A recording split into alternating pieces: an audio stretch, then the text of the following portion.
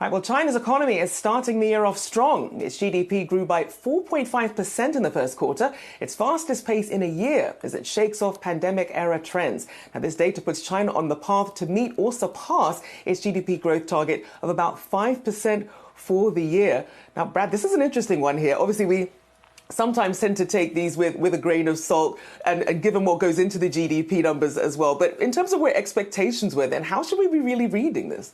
Yeah, there's a few ways to read this. One is from perhaps the way the IMF would look at this, and particularly with the targets that they had set forth, the IMF had already been looking for China and India to really be the two kind of tailwinds, or at least the biggest gainers here over the course of 2023 from a GDP perspective and economic growth.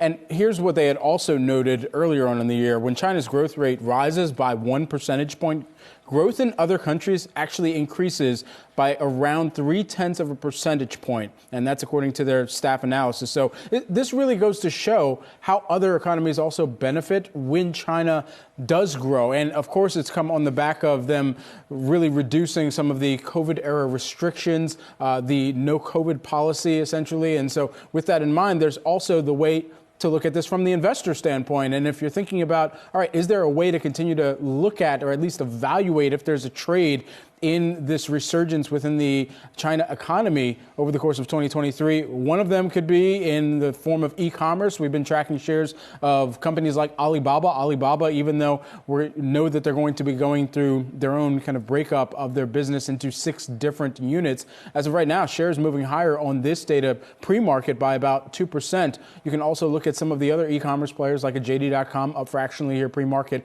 as well. And it also comes at a time where China has moved off of some of their more regulatory and restrictive measures towards some of these tech companies too, though you could argue whether or not some of the breakup within Alibaba was as a result of some negotiation with the country. But, you know, aside from that speculation, I think there is still a large way for investors to continue to evaluate where there is, for U.S. companies, even some exposure into China. Companies like Tesla, of course, netting new contracts to build out more of their production capacity on the megapack front. That could have a boon for the EV side of their business as well. And so a few different ways to think about this going forward, Rachelle. Indeed. And when you look at what we saw with retail spending, we saw that retail sales really leading the way here in this GDP growth, led by a 10.6% year-over-year increase. A lot of us were wondering, when China, does lift these COVID restrictions, how strong is the Chinese consumer story going to be? And not only that, are they going to be spending more domestically, or is this an opportunity for some of these multinationals, especially some of these luxury companies, which have really been looking to China for growth? Is this now their opportunity to really capitalize on that?